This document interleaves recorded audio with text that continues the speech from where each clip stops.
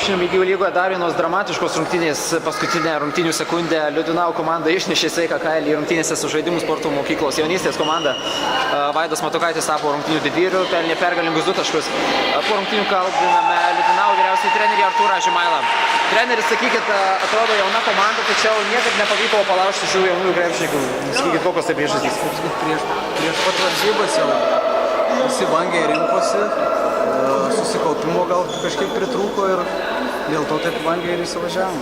Sakykit, tu tos tokios atkarpos vėl priartėjote ir vėl paleidžiate savo varžovus, kas lėmė tą banguotumą? Kada tik tai norą parodom žaisti, tada ir galim žaisti, kai tik tai atsipalaiduoja, taip ir gaunam galim. Sakykit, ar nejautėte jau pačioje rungtynių pradžioje, kad galima vėl prisižaisti su šiais krepšininkais, jau labai atsilikinėjote 18 taškų skirtumą? Jautėm iš tikrųjų, bet neturėjom šiandien nei vieno tikro savo žaidėjo, tai to sustyguot žaidimo pasimt ant savęs neturėjom kam, kiek Linas Aksinavičius pasiėmė su Sūryvidu. Kiek sekėsi, kiek ne, bet matom, pavyko laimėti.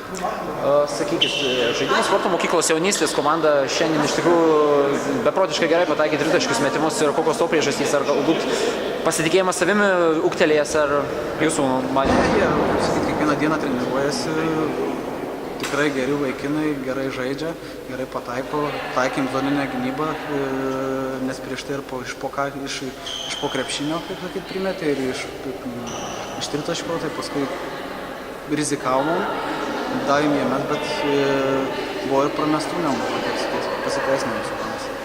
Sakykit, ko galima būtų pasimokyti šių rungtynių ateityje? Susikaupimo. Pradžiai, kad visi suvažiuotų bent jau pusę valandos prieš varžybas, o ne tik į varžybas.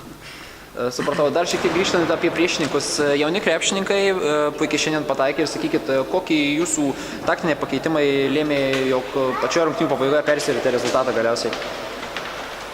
Grubiau gintis, kai tu prasme, net kiečiau, ne grubiau. Kiečiau gintis, kad išmušti juos iš vėžių, kas ir pavyko, matėt, ten 3 klaidas padarė, rodos, kad lėmėm 4 minučių atkarpą, pametė kamuolį ar kažką nesužaidė, pasiteisino. Sakykit, šiandien buvo jūsų paskutiniais reguliariojo sezono rungtynės ir sakykit, ar jau dairotės į dugne lentelės esančias komandas ir galbūt jau galvojate, kas gali tapti jūsų priešininkais? Ne, dar negalvom, dar visas antras ratas, ten įvairiai gali būti, matot, lyg ir buvom favoritai iš tų rungtynių, bet vos. Sakykit, ką kitaip darysite antrajame rate? Nieko, žaisim kaip žaidėm. Gerai, dėkoju.